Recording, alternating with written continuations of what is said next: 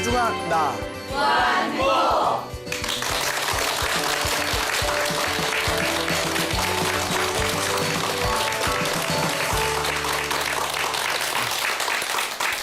예, 만나서 반갑습니다. 예, 광호 스님이라고 합니다.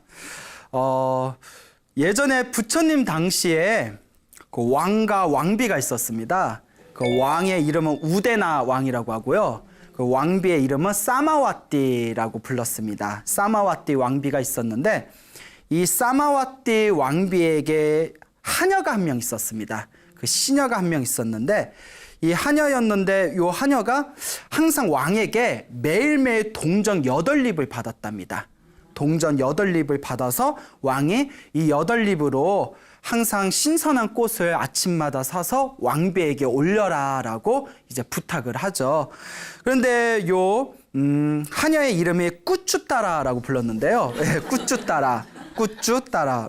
발음이 맞는지 모르겠어요. 저질 발음이라서. 예, 꾸쭈따라라고 불리우는 이 하녀가 이제 그 8립에서 4립만 꽃을 사고 4립은 어떻게 했을까요? 몰래 이제 횡령을 했답니다. 왕한테 걸리면 어디 왕의 돈을 횡령을 해요. 간이 좀 부었어요.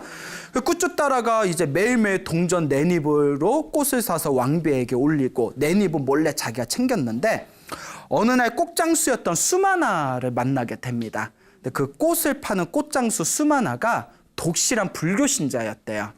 그래서 자기 단골 처녀인 꾸쭈따라 하녀에게 부탁을 합니다.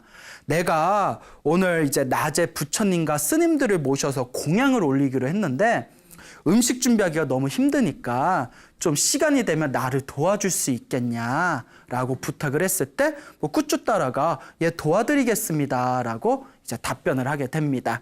낮에 이제 수마나 꽃장수의 집에 와서 수마나를 도와서 부처님과 스님들께 싹 공양을 올리고 공양을 다 잡수신 부처님께서 부처님의 법도는 공양을 받아 드시고 난 뒤에는 그 신도에게 법문을 해주는 게 원칙입니다. 그래서 공양을 다 받아 드시고 나서 이제 그 수마나를 위해서 설법을 하십니다. 가만히 설법을 듣다가 꾸쭈따라가 옆에서 깨달음을 얻어버립니다.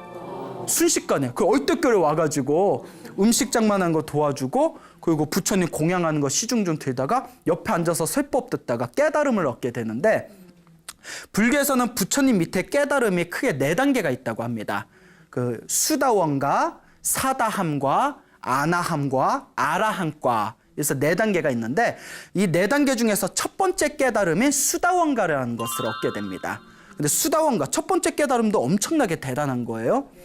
자, 첫 번째 깨달음 수다원가를 얻은 이 꾸쭈따라가 그 뒤로 이제 꽃을 사기 위해서 동전 8립을 받으면 예전에는 4립을 몰래 자기가 챙겼잖아요. 이 수다원가 첫 번째 깨달음을 얻은 존재는 계율을 어길래야 어길 수가 없답니다. 완전한 어떤 양심이 회복되었기 때문에 만약에 자기 입으로 깨달았다고 했는데도 뭐 계율도 잘 안 지키고 또 사람이 약간 언행이 불일치한 수행자가 있으면 그건 진정한 깨달음이 아닙니다. 첫 번째 깨달음만 얻어도 양심이 되살아나기 때문에 이 꾸쭈따라가 그 첫 번째 깨달음을 얻은 뒤에 이제 동전 8립으로 정직하게 꽃을 다 사서 왕비에게 이제 보내게 됩니다. 왕비가 이제 꽃을 받았는데 양이 2배로 늘었잖아요. 그래서 이거 웬열? 막 이러면서 야 어머 왕께서 돈을 더 주셨네? 오늘따라 꽃이 더 양이 많은 것 같다. 풍요롭다 꽃이 하니까 또 이제 깨달음을 얻으면 살기가 골치 아파지는 게 거짓말을 못 한답니다. 예, 양심이 생기기 때문에. 물론 선의의 거짓말은 된답니다. 누군가를 살리기 위한 선의의 거짓말은 되지만 자기 양심이 완전히 회복한 존재는 거짓말을 못 하죠. 아닙니다. 왕께서 돈을 더 주신 게 아닙니다. 라고 이야기를 합니다. 근데 왜 꽃의 양이 이렇게 많아졌니? 이러면 우리 같으면 그동안 내가 챙겼지롱 이래버리면 분위기 어색해지잖아요. 너와 나의 분위기 어색해져 버리고.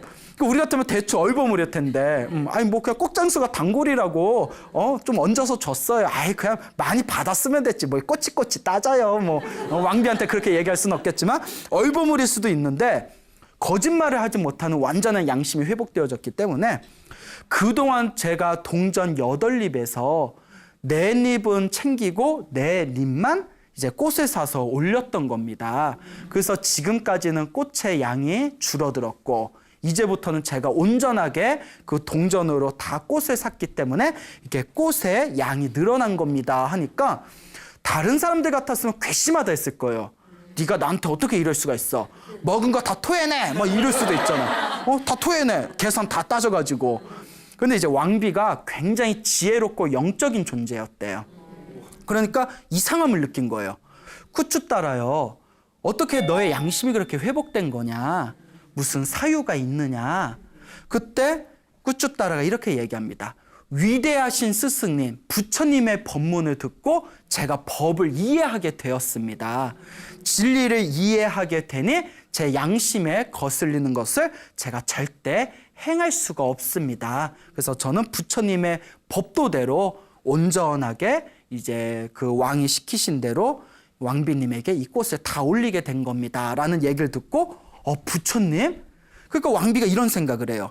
부처님의 가르침이 얼마나 위대하길래 저 꾸쭈따라의 양심을 회복시켰을까? 그래서 꾸쭈따라에게 부탁합니다. 네가 듣고 네가 이해했다는 부처님의 가르침을 나에게 전해다오. 법문을 좀 대신 좀 들려다오. 그 우리 같으면 잘 들어봐요. 뭐 listen 막 이러면서 예? 알겠죠? 알겠죠? 막 이러면서 그런데 이 꾸쭈따라가 이와 같이 얘기합니다. 저에게 부처님의 법문을 대신 듣기 위해서는 조건이 있습니다. 그게 무엇이냐? 제 몸은 비천하지만 부처님의 가르침은 거룩합니다. 제 입을 통해서 부처님의 법문을 듣고 싶다면 저를 깨끗한 목욕물로 목욕시키고 새 옷을 입히고 높은 자리에 올라서서 법문을 해야만 됩니다. 우리가 들으면 이거 건방진데? 이럴 수 있잖아요. 아니 어디 하녀가 얘기 좀 해버렸더니 건방진데? 이럴 수가 있지 않습니까? 그러니까 그 당시에는 BTN도 없었잖아요. 네? 하지마 BTN 다시 보기로 들으면 돼. 그게 안 되니까. 근데 이 사마와티 왕비가 굉장히 영적이고 지혜로운 여인이었다고 합니다. 또 전생에 성근이 있었겠죠. 그래서 네 말이 맞다. 위대하신 스승님의 거룩한 법문을 네가 대신 들려주는데 어떻게 그 법문을 들려주는 너를 소홀히 할 수 있겠느냐. 그래서 아주 향기로운 향수를 잔뜩 들이부은 따뜻한 목욕물에 깨끗하게 목욕을 시킵니다. 그리고 왕족들만 입을 수 있는 아름다운 새 옷으로 갈아입힙니다. 그리고 왕비인 자기는 밑에 바닥에 무릎을 꿇고 앉고 높은 상 위에는 자기의 하녀였던 꾸쭈따라를 올리게 됩니다. 야, 부처님 법으로 완전히 인생 역전이 된 거죠. 그리고 이 사마와티 왕비가 자기의 시녀들인 500명의 시녀들을 함께 부릅니다. 꾸쭈따라가 부처님의 법문을 대신 들려준다고 하는구나. 우리가 함께 들어보자꾸나. 그리고 꾸쭈따라의 모습을 천천히 지켜보면서 이제 꾸쭈따라가 비로소 입을 열고 자기가 들었던 부처님의 법문을 자세하게 들려줍니다. 그런데 우리 보통 불자들은 아무리 부처님 경전 공부하고 법문 들어도 이게 뭔 말인겨? 뭔 말인겨? 어렵다라고 느껴지잖아요. 네. 그 사마와티와 500명의 시녀들은 전생에 성근이 있었는지 꾸쭈따라가 들려주는 부처님의 거룩한 법문을 대신 듣는 순간 그 자리에서 모두 거룩한 심심과 기쁨을 일으키게 됩니다. 다들 환희감에 빠져요. 다 전생에 복이 있는 존재들이죠. 그때 사마와티가 다음과 같이 이제 꾸쭈따라에게 청을 합니다. 오, 벗이여. 이제 하녀가 아니라 벗이여, 친구여. 그대를 우리들의 스승으로 모시겠습니다. 이제부터 험한 일은 하지 마시고 오직 하나, 매일매일 절에 가서 부처님의 법문을 듣고 매일매일 이 자리에 오셔서 우리에게 부처님의 법문을 대신 들려주는 일만 하십시오라고 청을 하게 됩니다. 야, 진짜 인생 역전된 거예요. 자, 그러니까 꾸쭈따라가 이제 매일매일 이제 왕비의 부탁이니까 사원에 가서 부처님의 법문을 자세히 듣는 거예요. 근데 중요한 게 여러분, 우리 공부할 때 나 혼자 알아야지 하고 책을 보는 것보다 누군가에게 가르쳐줘야 되는데 라는 마음으로 책을 볼 때 훨씬 이해가 잘 된다고 하죠. 네. 그래서 오늘 듣는 이 부처님의 법문을 내가 가서 자세히 설명해줘야 되는데 라는 마음으로 부처님의 말씀 하나하나를 놓치지 않으려고 하나하나 기억하고 하나라도 더 이해하기 위해서 귀를 기울이면서 부처님의 법문을 하나하나 터득하게 됩니다. 그리고 한번 들었던 걸 또 이제 궁전으로 와가지고 왕비와 500명의 시녀들에게 자기가 들었던 걸 다시 그대로 들려주지 않습니까? 그러니까 완전 복습 효과도 일어나죠. 이러다 보니까 꾸추따라가 나중에는 부처님의 말씀을 가장 많이 듣고 잘 이해한 여자 신도 중에 으뜸이 됩니다. 그래서 부처님께서 수많은 불자들 앞에서 불자들이여, 나의 수많은 여자 신도들 중에서 부처님의 말씀을 깊이 듣고 많이 듣고 가장 잘 이해하고 설법을 가장 잘하는 여자 신도 중에 으뜸은 꾸추따라가 제일이다라고 수많은 불자들 앞에서 선언을 하십니다. 자, 어쨌거나 꾸추따라의 법문을 통해서 사마와티 왕비와 500명의 시녀들의 믿음이 무럭무럭 자라나게 됩니다. 근데 어느 날 이 사마와티와 500명의 시녀들이 부탁을 합니다. 부처님의 법문을 듣고서 우리가 너무나 큰 행복감 속에서 살아가고 있습니다. 단 부처님을 직접 한번 뵈고 싶습니다. 밤에 몰래 우리를 빼내가지고 사원으로 좀 우리를 데리고 와서 부처님 얼굴 좀 보게 해주십시오 하니까 꾸추따라가 그건 안 됩니다. 그런 일을 했다가 들켰다가는 왕궁의 법도가 있지 않습니까? 이 일이 너무 커집니다. 그래서 거기서 이제 딱 잘랐는데 왕비하고 500명의 시녀들이 막 징징거리는 거예요. 예? 징징징징징징징 거리는 거예요. 예? 어쨌거나 막 징징징징 거리니까 그러니까 너무나 답답한 마음에 꾸추따라가 꾀를 냅니다. 부처님이 매일마다 탁발을 하기 위해서 오전에 이 마을로 내려가십니다. 도시에 지나가니까 왕궁에다가 큰 벽을 뚫어놓고 벽에서 부처님이 멀리서 지나가는 모습을 보고 부처님께 절을 올리시면 되지 않습니까? 그래서 그러면 되겠다 해가지고 그 궁전에다 벽을 다 뚫어놓고 오전에 부처님이 지나가실 때마다 그 벽 틈에서 부처님의 거룩한 모습을 보면서 절을 올렸다라는 이야기가 전해지고 있습니다. 근데 문제는 이 사마와티 왕비가 이렇게 부처님께 귀의를 하고 있던 이 시점에 이 우데나 왕에게 다른 왕비가 있었대요. 이 다른 왕비의 이름이 마간디아 왕비입니다. 이 마간디아 왕비는 오래전에 부처님에 대한 미움을 키우고 있었던 여자였어요. 부처님에 대하여서 엄청난 분노심을 가지고 있었고 우연한 기회로 사마와티 왕비와 500명의 시녀들이 부처님한테 귀의했다라는 소식을 듣고는 사마와티에 대해서 걷잡을 수 없는 증오심을 느끼게 됩니다. 그래서 이 사마와티를 어떻게든 내가 파멸시켜야 되겠다라는 그런 아주 간악한 음모를 세우게 됩니다. 마간디아가 사마와티를 파멸시키기 위해서 끊임없이 음모를 세우지만 그 모든 음모가 다 수포로 들어가게 됩니다. 그래서 참다 못한 이 마간디아 왕비가 자기의 친척들을 불러가지고 꾀를 내서 사마와티 왕비와 500명의 시녀들을 궁전의 방에다 다 몰아넣은 뒤에 밖에서 문을 잠그고 불을 질려서 그 사람들 다 불질러서 죽여버립니다. 사마와티 왕비하고 500명의 시녀가 다 불타서 죽어버린 거예요. 그리고 나중에 왕에게 이 사실이 발각되고 분노한 왕에 의해서 그 간악한 마간디아 왕비와 그 불을 질렀던 친척들이 모두 끔찍한 사형을 당하게 된 이야기가 그 34회에서 자세히 이어지고 있습니다. 자, 여기서 이제 중요한 게 이 마간디아의 어떤 그런 불을 지른 끔찍한 방법에 의해서 사마와티와 500명의 시녀들이 방에서 불에 타서 죽게 되었을 때 불에 타서 죽는 와중에서도 사마와티 왕비와 500명의 시녀들이 이와 같이 관합니다. 이 모든 것도 다 누구의 업보다? 우리의 업보다. 과거 전생의 수많은 윤회, 태어나고 죽고 태어나고 죽는 삶 속에서 우리가 지었던 업보를 우리가 받고 있는 거다. 그게 바로 부처님의 법칙 아니냐. 그러니 우리가 부처님 불법에 의지해서 이 순간 이 마음을 흐트러뜨리지 말자.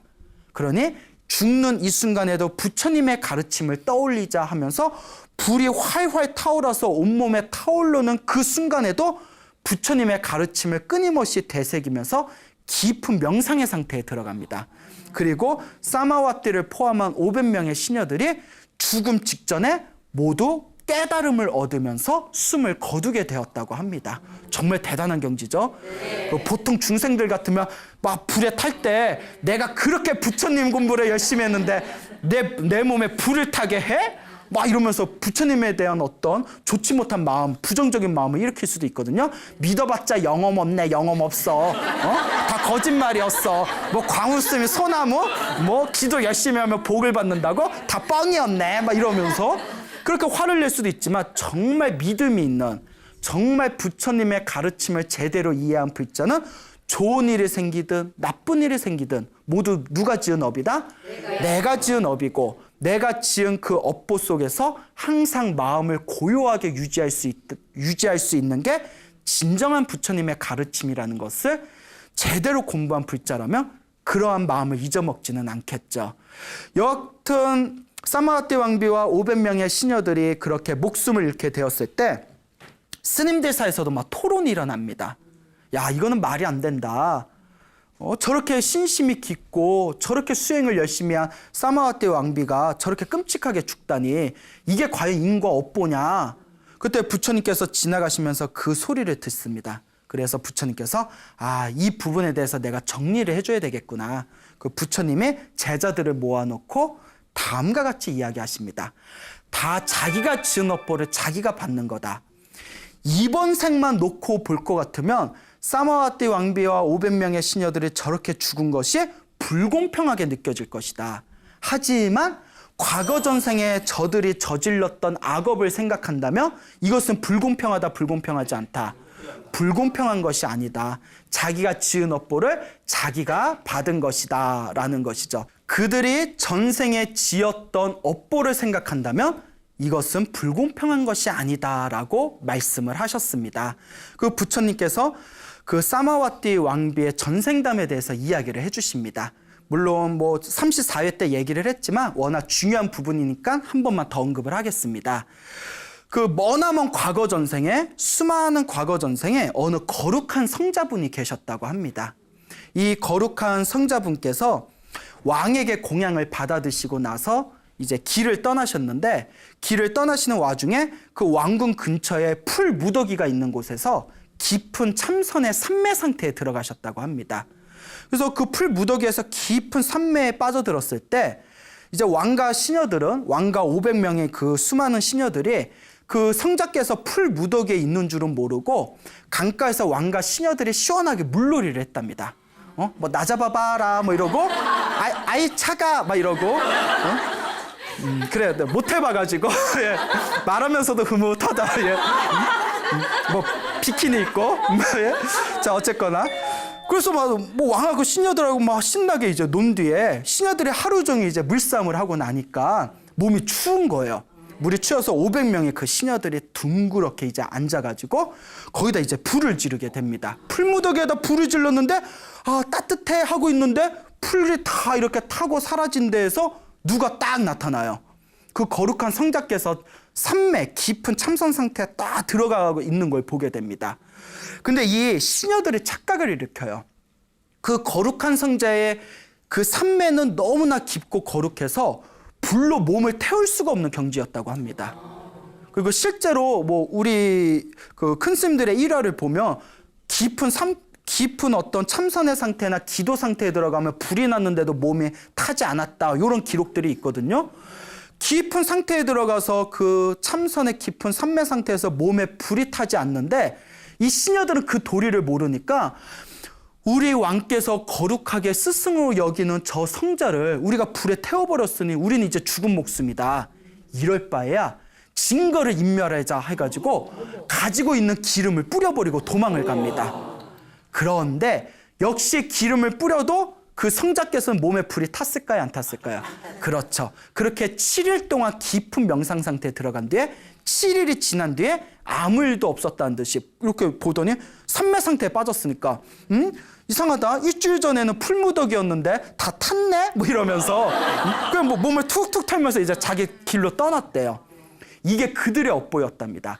자, 부처님이 뭐라고 말씀하셨냐면 처음에 몸이 추워서 불을 태웠을 때는 알고 태운 거예요? 모르고 태운 거예요? 모르고 태웠기 때문에 그는 악업이 된다, 안 된다? 안 된답니다, 여러분. 이게 불교의 업보예요. 선업이든 악업이든 의도가 있어야 돼요. 좋은 의도, 나쁜 의도. 근데 아무런 의도 없이 자기 몸이 추워서 그냥 풀무더기에다 불을 피운 거잖아요.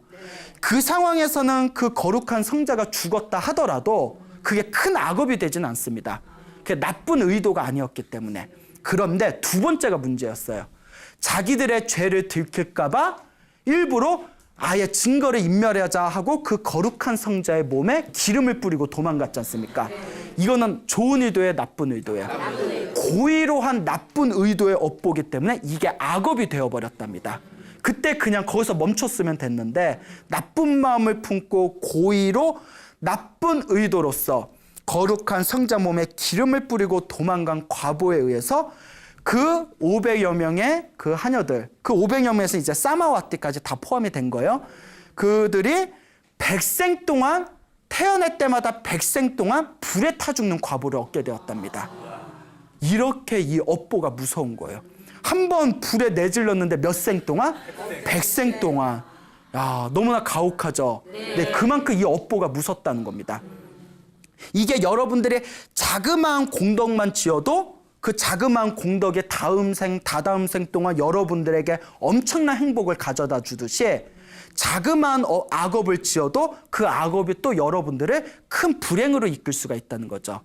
그래서 백생 동안 불에 타 죽는 과보를 얻은 그 당시에 그 시녀들이 이번 생에 누구로 태어나서 사마와띠와 그 시녀들로 태어나서 이번 생에도 불에 타 죽는 과보를 얻게 되었다고 합니다. 그렇다면 이것은 공평한 거냐 불공평한 거냐? 이번 생만 보면 불공평한 거지만 그들이 과거 전생에 저질렀던 업보를 생각한다면 이 모든 게 누가 지은 업이다? 내가 지은 업보일 뿐이다. 그러나 이 사마와띠 왕비와 500명의 시녀들이 죽음 직전에도 부처님의 가르침을 되새기면서 깨달음을 얻으면서 이 세상을 떠났기 때문에 다시는 이제 이런 업보를 받는다, 받지 않는다. 다시는 이런 불에 타 죽는 업보를 받지 않고 여기서 이 업보가 다 소멸된 것이다 라는 법문을 하십니다. 알겠죠? 그러니까 불교 공부를 정말 제대로 열심히 공부하고 기도하는 불자는 기도하고 공부하고 복을 짓는 신행생활의 과정에서 안 좋은 일이 생길 때 불교 공부를 하고 기도를 해도 영험이 없네? 이게 아니에요. 내가 전생에 지었던 업을 지금 내가 뭐하고 있구나? 소멸하고 있구나. 내 숙제를 갚고 있구나. 내 빚을 갚고 있구나. 그런 마음으로 한 걸음 한 걸음 멈추지 않고 끊임없이 부처님을 향한 신행의 생활을 멈추지가 않는 겁니다. 그런데 꼭 전생의 업보가 두꺼운 사람들이 기도하다가 좀 안 좋은 일 생기면 영험이 있네 없네? 응? 내가 이러려고 절에 다녔네 말았네? 그러니까 또 그런 생각이 내 수행을 방해하고 더 이상 복을 짓는 것을 방해하고 또 오히려 부처님을 향한 원망하는 마음을 일으키면서 안 좋은 업보를 짓게 만드는 것이죠. 무슨 말인지 아시겠죠? 그러니 정말 열심히 수행하는 사람은 중간에 안 좋은 일이 생겨도 내가 지은 내 업보, 내 숙제를 닦는 것이다 생각하면서 결코 수행의 삶을 멈춰서는 안 됩니다. 그 수행의 공덕도 언젠가는 누가 받는다? 다 내가 받는다라는 것을 명심하셔야 됩니다. 그때 스님들이 부처님께 다음과 같이 이제 질문을 합니다. 부처님, 저 꾸주따라가 사마와띠 왕비가 세상을 떠나고 500명의 그 시녀들이 세상을 떠난 뒤에 세상을 등지고 제가 신자가 돼서 오로지 부처님의 불법만을 의지하면서 세상에 널리 부처님의 가르침을 전하고 있습니다. 세상 사람들은 저 꾸주따라를 부처님의 여자 신도들 중에 설법 제일이다라고 부르고 있습니다.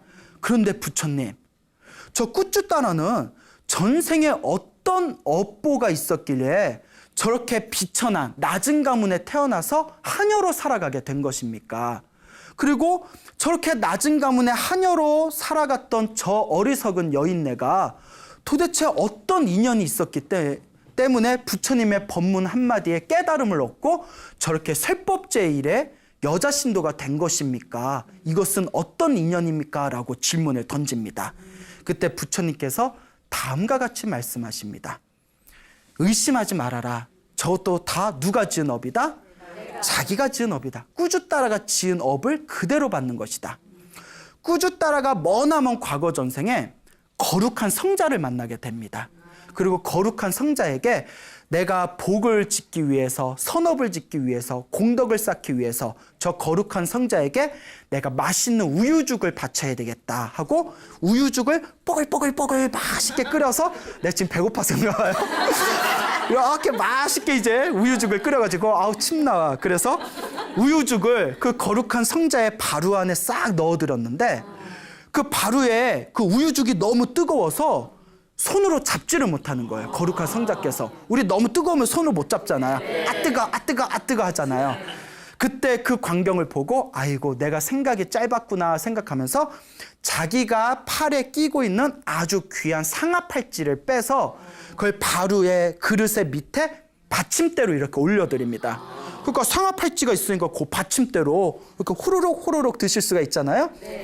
그리고 거룩한 그 성자께서 우유죽을 맛있게 드시고 나서 팔찌를 돌려줬더니 그 이제 꾸쭈따라의 전생이었던 그 우유죽을 올린 여인네가 저는 이제 이 팔찌가 필요가 없습니다. 거룩한 성자에게 올립니다. 이 보시의 공덕을 받아주십시오 하고 그 팔찌를 그 거룩한 성자에게 밑받침대로 쓰라고 공양을 올립니다. 야, 상아 팔찌로 받침대를 쓸 정도면 완전 럭셔리인데. 그렇죠? 럭셔리죠. 그와 같은 공경하는 마음으로 복을 짓고 선업을 짓고 공덕을 쌓겠다는 마음으로 거룩한 성자에게 보시를 올린 강력한 선업의 힘에 의해서 이번 생에 석가모니 부처님을 만나고 석가모니 부처님의 쇠법을 듣고 깨달음을 얻을 수가 있었고 깨달음을 얻은 뒤에도 여자 신도 중에 쇠법 제일이라고 부를 만큼 지혜와 총명이 열리게 되었다라는 것을 부처님께서 설하십니다. 이 모든 공덕도 누가 지은 복이다? 자기 자신, 꾸주따라가 전생에 지은 보시의 공덕이었다라고 설명을 하시죠. 그리고 뒤이어서 다음과 같은 설명을 하십니다. 꾸주따라가 먼 전생에 그와 같이 복을 많이 지어서 다음 생에는 엄청나게 큰 부잣집의 딸로 태어났다. 부럽죠. 부잣집의 딸로 태어났는데 어느 날 이렇게 화장을 하다가 여자의 변신은 무죄 이러면서 화장을 하다가 그러니까 여자의 변신은 무죄하고 부잣집 딸로 태어난 꾸주따라가 얼굴에 막 화장을 하고 있는데 그때 친하게 지냈던 비구니 스님이 방에 찾아왔대요. 비구니 스님이 이제 방에 이렇게 찾아왔는데 그때 옆에서 시중 들던 시녀가 없었답니다. 그러니까 원래 그 어렸을 때부터 오냐오냐 풍요롭게 산 사람들의 약간 교만한 게 있잖아요. 그러니까 우리가 뭐 흔히 부잣집 딸, 재벌집 딸 하면 뭔가 생각나는 상징성이 교만함, 뭐 자만심 이런 게 좀 보통 있잖아요. 왜 이렇게 웃어요? 본인인 것 같아요? 자꾸 웃으셔서. 자, 그런데 이 사람이 이제 교만심이 있으니까 이 여자가 옆에 시녀가 안 보이니까 그 친하게 지내는 비구니스한테 저 화장품 좀 갖다 주세요. 저 화장품 바구니 좀 갖다 주세요. 심부름을 시킵니다. 근데 문제가 뭐냐면 그 비구니 스님이 깨달음을 얻은 아라한이었어요. 그래서 이 아라한, 최고의 거룩한 성자 아라한인 비구니한테 심부름을 시키잖아요.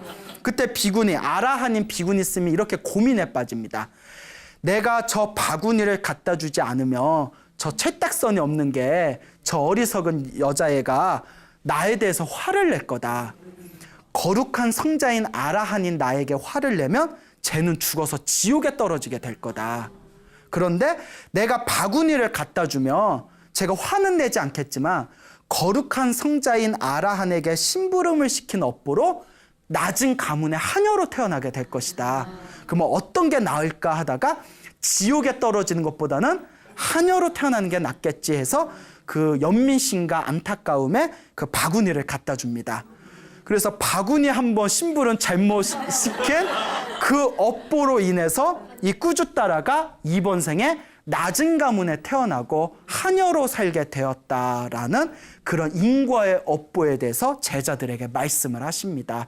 이 인과 업보가 너무나 놀랍지 않습니까? 네. 여러분들 앞에 펼쳐진 삶에 잘나면 잘난 대로, 못나면 못난 대로, 그대로 누가 지은 업이다? 내가 지은 업이에요. 스님, 저는 못난 건 하나도 없고 잘난 것만 있어요 하면 둘 중에 하나예요. 병이 있거나 마음에 병이 있거나 그거 빨리 치료받으셔야 돼요. 그 약도 없대요. 하나는 정말 전생에 복을 많이 줬거나. 그런데 스님, 저는 도무지 저는 잘난 거는 없고 못난 것만 있어요 하는 분들도 너무 지나치게 자존감이 없거나 혹은 전생의 복을 지지리도 지어놓질 못해서 그런 거예요. 아시겠습니까, 여러분? 네. 내 앞에 펼쳐진 잘나면 잘난 대로, 못나면 못난 대로, 행복하면 행복한 대로, 불행하면 불행한 대로 다 누가 지은 업보다? 네. 내가 지은 업보를 그대로 내가 받는 겁니다. 그러니 진정한 불자라면 모든 것이 내가 지은 업보라는 걸 명확하게 인지하고 순간순간마다 선업을 짓기 위해서 끊임없이 노력하셔야 됩니다. 알겠죠? 네. 자, 또 이런 이야기가 있습니다. 그 어느 왕이 있었는데요. 이 왕을 길을 가다가 어느 아름다운 여인네를 발견하게 됩니다. 그러니까 남자들은 똑같아. 오, 예쁜걸? 막 이러면서 예쁜걸 하면서 근데 그 여자가 눈에서 이제 지워지지가 않는 거예요. 어떡하지 하다? 그래, 내 마누라로 삼아야겠다. 그래서 이제 왕이 자기 신하를 보냅니다. 어디 그 여자를 찾아서 그 여인네를 데려와라. 왕비로 삼겠다. 그쪽 여자 집안에서는 왕비로 삼겠다니까 엄청난 영광이죠. 신하가 여자 집에 가서 그 여자를 왕께서 데려가서 왕비로 삼겠다고 하니 영광인 줄 알고 어서 데려오시오 이러니까 그 여자의 부모 되는 분들이 이거 어떡합니까? 벌써 남편이 있는 몸입니다. 이러는 거예요. 남편이 있다. 그러면 이제 우리가 뭐 찜해 놓으면 건들면 돼요? 안 돼요? 안 되죠. 이럴 때 이 왕이 이런 생각을 품습니다. 골키퍼가 없다고 골을 못 넣나? 그 당시에도 축구가 있었나요? 없으면 내가 골키퍼가 있어도 골을 못 넣겠냐? 그럼 남편이 없으면 내가 그냥 데려가려고 했는데 남편이 있다니 그러면 어떻게 해야 되겠다? 없으면 내가 그냥 데려가겠지만 남편이 있다니 내가 빼앗아가겠다라는 그런 나쁜 마음을 일으키게 됩니다. 그래서 신하를 시켜서 군사를 보내가지고 그 남편의 집에 이제 그 부부의 집에 보냅니다. 그래서 이제 신하가 남편을 불러서 왕께서 당신의 부인을 왕비로 삼겠다고 하니 어서 영광인 줄 알고 어서 왕께 부인을 바치시오 이러는 거예요. 이게 어디 말이나 될 일이에요? 천인공노할 일이지. 그러니까 지금 같은 이 민주사에서는 상상도 못할 일이죠. 네. 막 인터넷에 막 올리고, 그렇죠. 시민단체에다 막 고발하고, 있는 자의 갑질 보고만 있을 것인가. 괜찮았어요? 그래서 요새 시대가 엄청 좋아졌어요. 되게 조심해야 돼요. 근데 그 당시에는 그 봉건 그런 제도가 있는 국가였잖아요. 그때 남편이 고민을 합니다. 여러분들 같으면 부인을 주겠어요? 안 주겠어요? 안 준다? 그 부인을 안 주고 그럼 어떻게 싸울 거예요 왕하고? 그 부인을 탁 손을 잡으면서 내 한 몸 찢기더라도 당신을 놓칠 수 없어. 우리 같이 뭐 떠납시다. 그럼 부인이 너만 가 뭐 이러는가? 점점 분위기가 이상해지네요. 배고파서 그런가 봐요. 자, 어쨌거나 남편이 독실한 불교 신자였는데 이와 같이 고민을 합니다.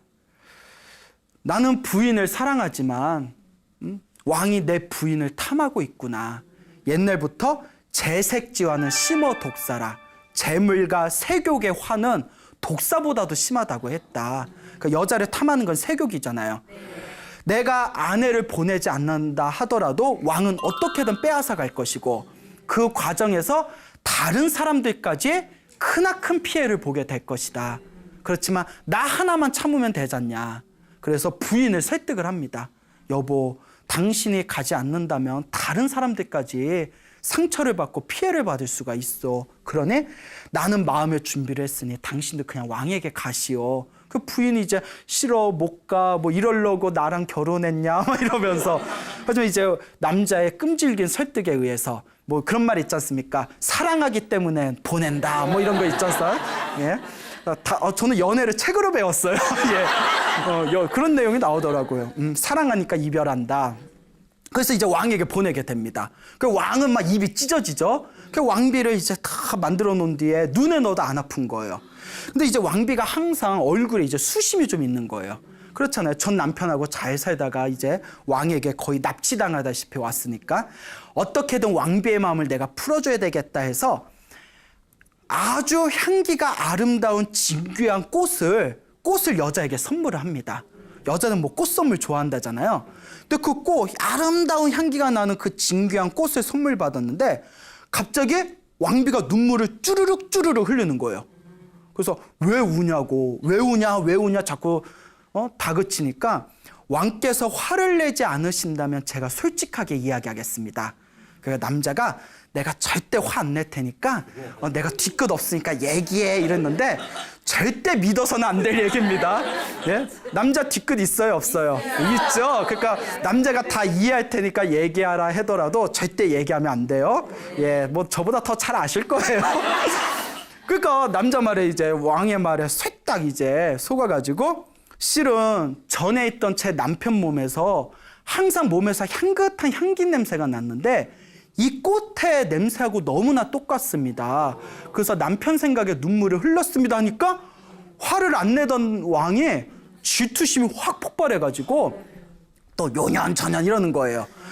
너는 한나라의 왕비가 되고서도 그 비천한 그 남자를 잊지 못한단 말이냐.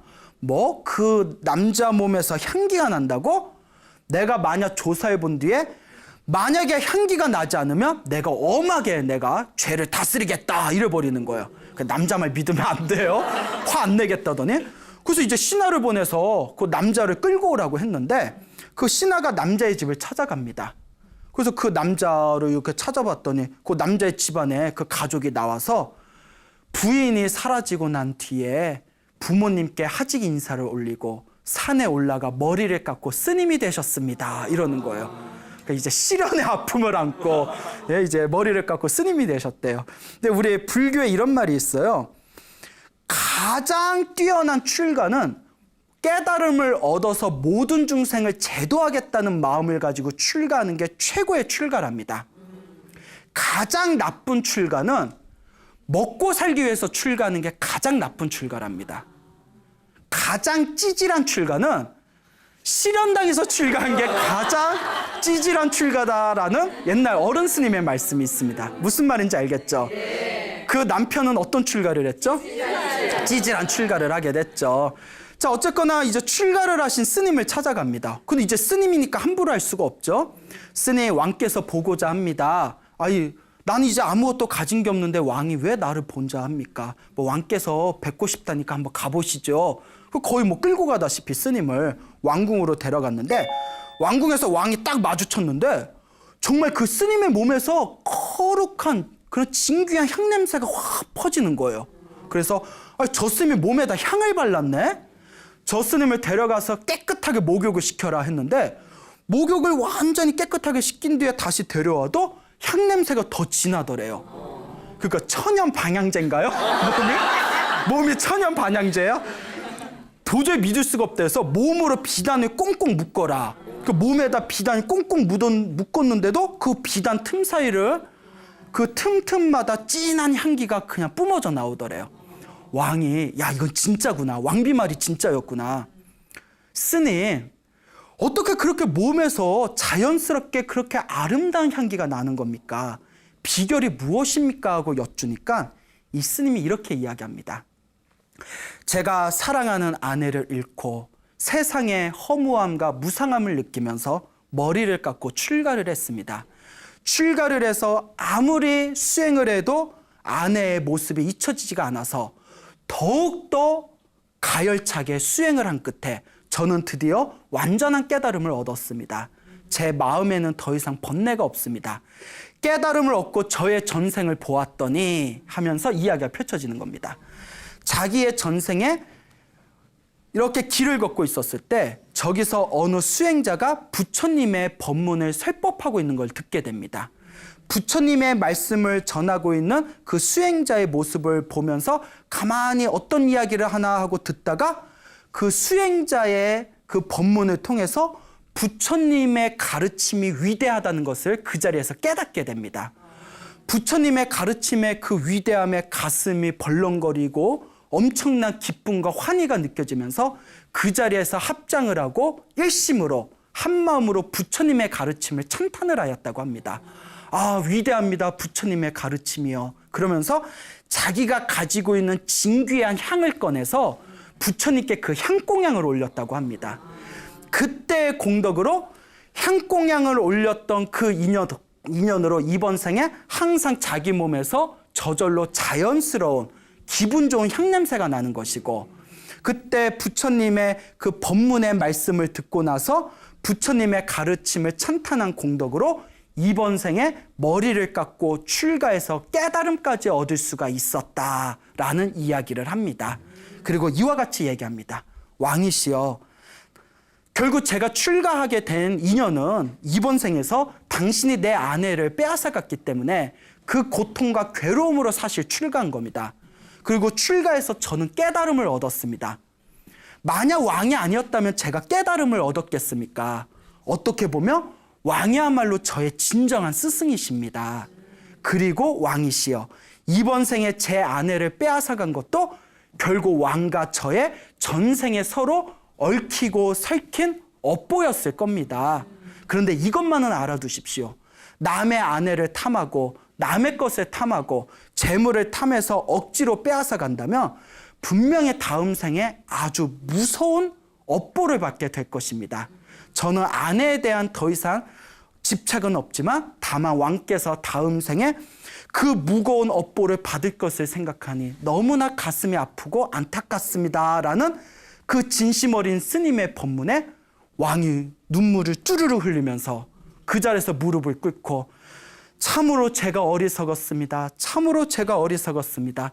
이제부터라도 이번 생에 당신을 내 스승으로 삼아서 저도 마음을 닦는 삶을 살겠습니다라는 훈훈한 이야기가 지금까지 전해지고 있습니다.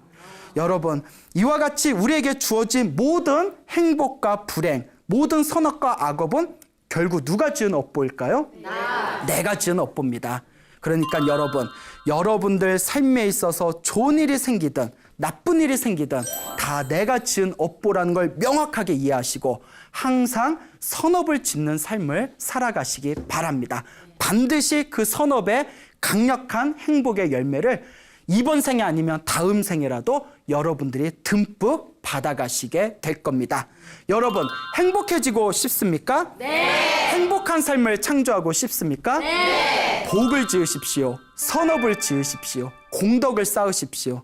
복과 선업과 공덕의 힘이 여러분들을 진정한 행복의 길로 이끌어 줄 것입니다. 여기서 마치겠습니다. 소중한 나 무한행복.